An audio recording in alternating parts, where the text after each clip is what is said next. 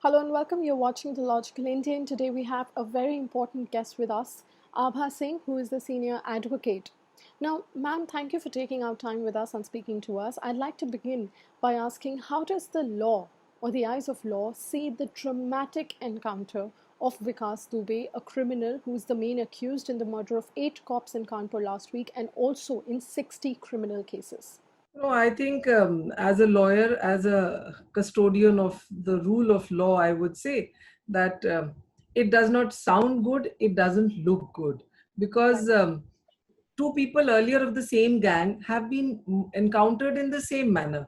They were arrested from Faridabad, I think Kartikeya and Bahua Pandey. Hmm. So even when they were being brought to Kanpur, one was shot dead before Kanpur and one was encountered, he was killed in an encounter in Etawah.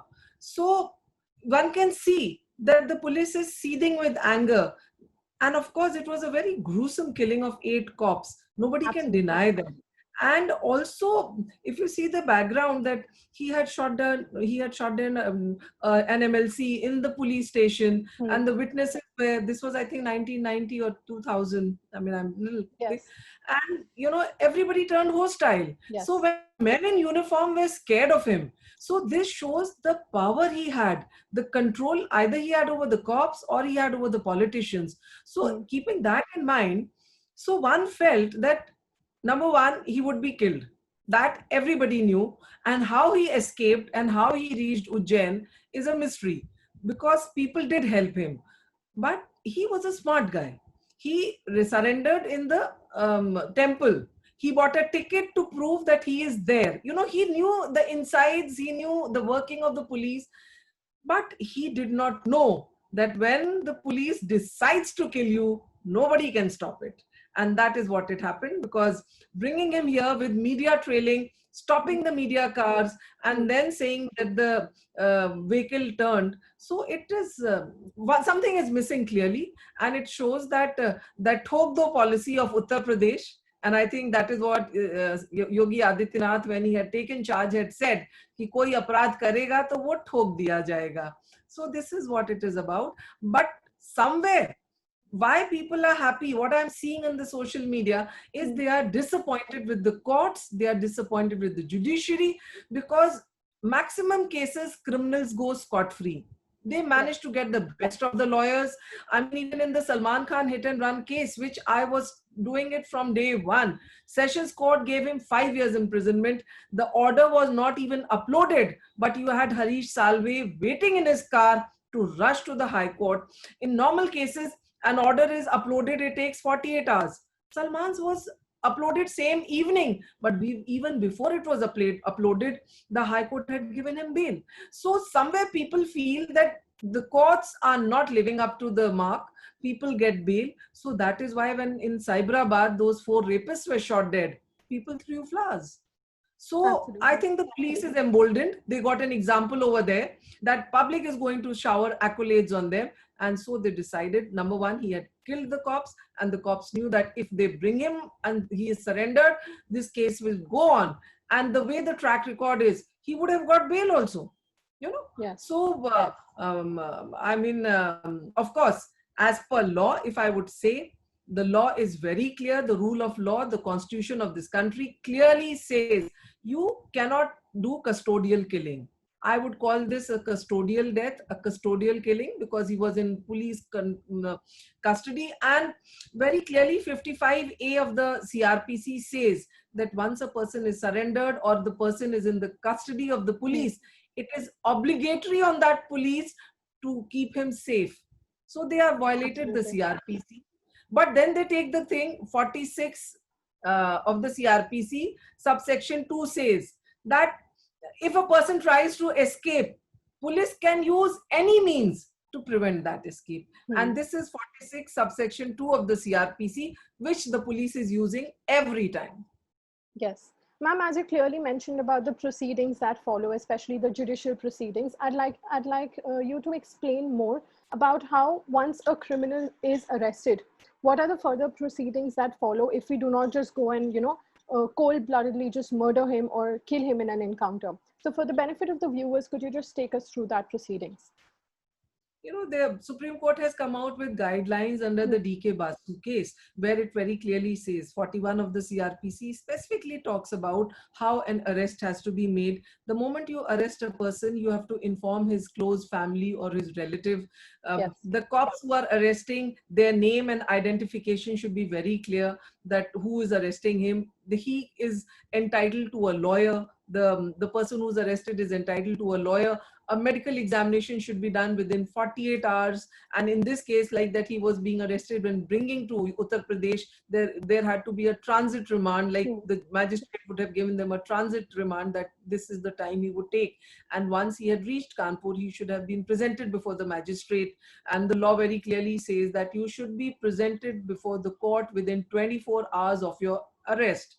Because people feel that if you are in the police custody, you may be beaten up, you may be tortured. So a magistrate, and it is the duty of the magistrate to physically verify.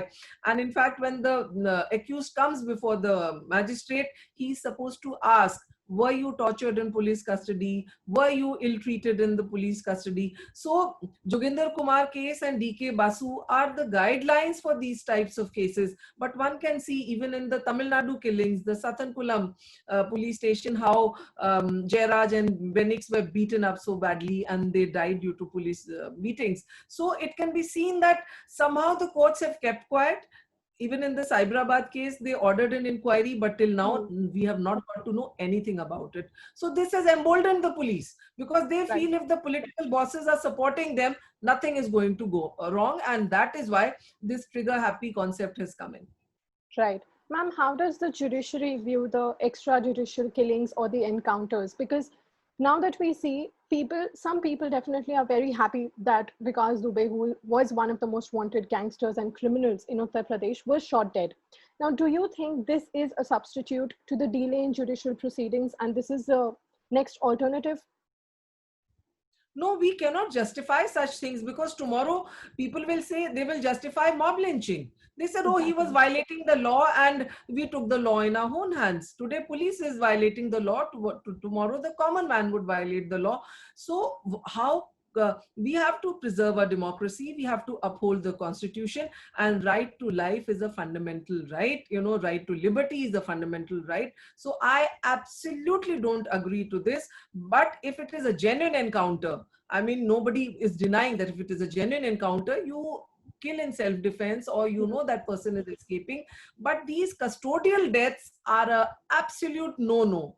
In fact, Andhra Pradesh High Court recently came with an order which clearly said that if any custodial death happens in police custody, if somebody dies, then you must write an FIR, and the FIR will be of 302, that is murder.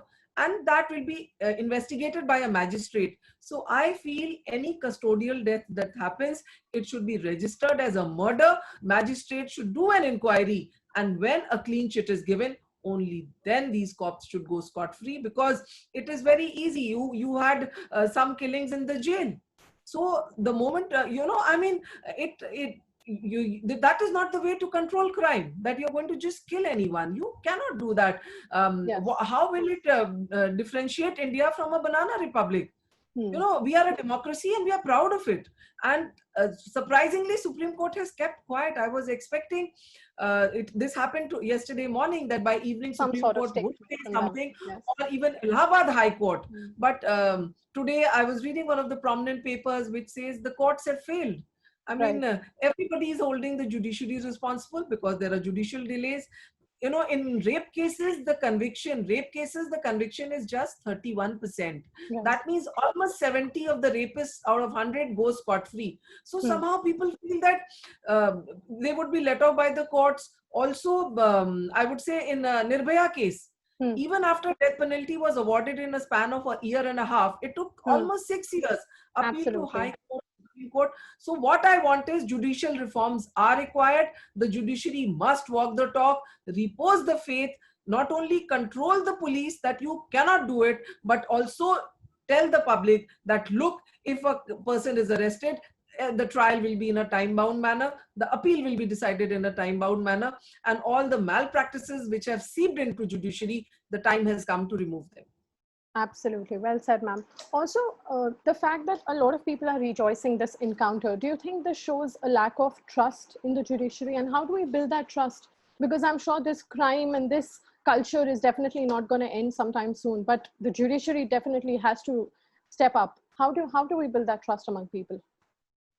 You know, exactly. The moment I tried to tweet something that how could this be done? Is this a cold-blooded murder? I could see people trolling, getting angry. They're saying, "Do you know his past record? He shot people in the police station. He shot 8 families." So people are rejoicing and they want Yes.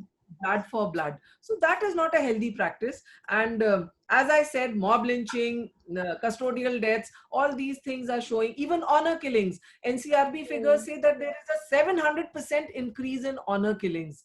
I would consider that even more gory, that your own parents kill your girl child because she Yes. decides to marry out of caste or marry out of religion. So these are the things that show that you are taking law in your own hands, and somewhere the law is faltering. So the Supreme Court, and not only the Supreme Court, but I would feel the High Court also, because every state has its own setup, that the High Courts also should become active, monitor these cases, that if a conviction has not happened, why it has not happened.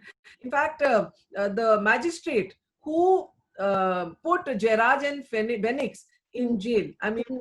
immediately, without even asking them how badly they were injured or were they maltreated, badly treated, Yes. why action has not been taken against that magistrate? The Sathankulam, that Tuticorin magistrate, why he has been let off? In fact, High Court should have ordered an inquiry in his behavior also. High Yes. Court should have ordered an inquiry in the behavior of the doctor who gave a fitness. So till the time these loopholes are plugged, we have good set of public prosecutors who can put up a good case, because they are badgered and bashed by these branded lawyers who fly in from Supreme Court on, you know how it is. So we Mm. have to equip our public prosecutors, we have to fill in the loopholes. And also my question to the judiciary is that why should one appeal go to another court, to another court? That means you don't have faith. Or if you Supreme Court is saying that High Court's order was wrong, or you, if the Sessions Court ordered Salman Khan case, if it was just thrown apart by the High Court, then why did you not question the lower court, that why did you come up with this order? And now when this case is going to the Supreme Court, and if the Supreme Court upholds the Session Court's order, are we going to question the accountability of the High Court judge?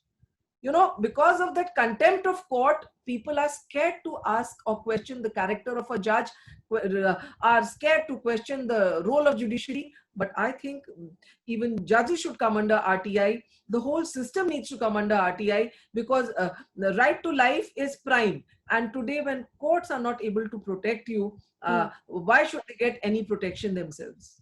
Absolutely. Ma'am, talking about this case in particular, the incident that happened day before yesterday, Vikas Dubey suddenly appeared near the Mahakal temple. He surrendered. He shouted his name, brazenly, proudly shouted his name when he said, "Main Vikas Dubey hu Kanpur wala." And then very conveniently, he was taken into police custody. He was not handcuffed. He was just, held by his hand. And then he was dragged into a car from where he was taken to Kanpur. There, the series of events that followed, a lot of videos show that he was traveling in a different car. And when the police actually sealed off the road a few kilometers before the encounter took place, the car that toppled was actually a different car, and Vikas Dubey was not in that car as per suspicions. Now, do you see these series of events suspicions? Do you think that this is, a larger, what do you say, an incident to protect a nexus that could have been exposed between the politicians and the criminals? And there is someone who has benefited from this. Very true, because no criminal grows larger than life Mm. without the local police protecting him and the local politician protecting him. So it clearly shows, and we all know that these politicians during the elections, they need the help of the mafia, because we know how booth capturing down the years was done in Uttar Pradesh, how people are threatened to vote for a particular party, or not even that, how the certain candidates are made to withdraw their candidature in UP Absolutely. and Bihar. So Absolutely. these mafia is used for all these Hmm. things. So definitely, and had he come and given a statement, uh, we could have got to know the whole conspiracy, who are the politicians who supported him, because the way he surrendered in Ujjain, And Hmm. in fact, the CRPC says that you can take any measures to ensure that the accused does not escape. So Hmm. when he had such a track record, you were killing half of his teammates. Why did you not handcuff him in the car? Does it not sound bizarre that the car overturns and he takes the gun of the cop and tries to attack a person who surrendered in Ujjain? Why would he Absolutely. try Why would he to run away? escape? Yes. Why would he escape? And he has surrendered there because he was scared of surrendering in UP, that he would have been shot dead. But he didn't Hmm. know that the police had made up its mind that it is going to kill him come what may. And now, if the courts order a judicial inquiry, suppose an inquiry is ordered, these cops know that they would get protection of their politicians. Hmm. So any report it comes, the chief minister will not bother to listen. He will not bother to even pay any iota of attention to it. And the problem is that the police is directly under the control of the home minister or the chief minister. The Supreme Court has time and again said that you set up boards which will look after transfer postings of police officers. Yes.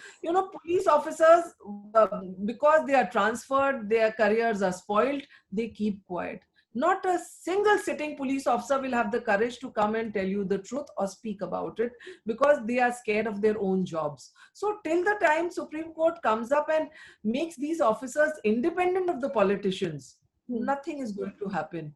Because I mean, I also come from Uttar Pradesh. I have done my schooling and college from there. I have seen the working from close context. I was posted there as Director Postal Services from 2005 to 2008. So, and working in the rural areas, doing inspections, I could see that politicians totally command the police. Yes. And in fact, they use the police for their political ends, for their benefits. Like they will say, go arrest that person because he's opposing me. So, because Vikas Dubey would have too many secrets to tell, because the manner in which he was out after doing such a gory killing, 20 years he was out, he was given bail, the cops refused to be witnesses in his case, clearly shows that they were not small politicians, but they must be ministers who must be supporting him, Yes. and particularly those who came from the Kanpur UP belt, whose elections he must have helped to win. So they must be thinking it would be embarrassing for them, and that is why. In fact, the inspector who tipped him off that the police team was coming to kill him, he has now been jailed. So Yes. this shows that such was his loyalty. I mean, he had such supporters. So the Yes. best thing was to kill him. And it is, everybody had predicted that he would not reach from Ujjain to Kanpur. He would be killed. Yes. Ma'am, some of the family members of the cops who lost their life in Kanpur last week, they've said that a lot of secrets and a lot of things that could have exposed something really big have died with Vikas Dubey. Now, from the eyes of law, what do you think should be the next step? Because it is definitely about the justice of these families and their family members who lost their lives in the line of duty as well. As a lawyer, what do you think is the next step? You're very right, because the family is saying continuously that only part justice is meted out, because Absolutely. the deputy SP who was killed in the encounter, he had written a letter to his SSP or Hmm. DIG, Mr. Anand Singh Deo, that Vikas Dubey is being protected by certain elements, and that is why he is unable to arrest him. And Yes. that letter has gone missing. In Hmm. fact, UP government has ordered another inquiry to find out who removed that letter from the file, why these things were not taken cognizance of. So now the true thing would be, because people are not ready to go by what UP police is saying, it should be a court monitored inquiry, and SIT should be set up. This special investigation team should be headed by, if you want, the local police. But I still feel that an SIT which is court monitored, Yes. a court monitored SIT would be the right way. It should investigate into it, because if now you don't do it, after Cyberabad and now this Kanpur killing, there should not be again a custodial killing. So Absolutely. it is necessary, because see, even Ajmal Kasab, even though there was proper TV footage to show that he had killed so many people, and yet government gave him a lawyer, and he was tried under the due process of law and then Hmm. hanged. So Yes. you cannot hijack the due process of law. In fact, Vikas Dubey should have been tried by the due process, and he should have been given death penalty and hanged.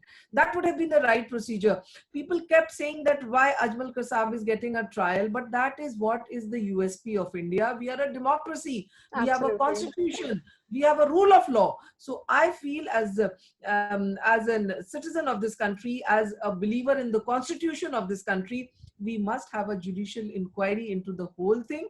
And if it was a pre-planned cold-blooded murder, action needs to be taken. I would go by the Andhra Pradesh High Court, which says any custodial death should be treated as a murder till it is proven otherwise. An FIR of 302 needs to be registered.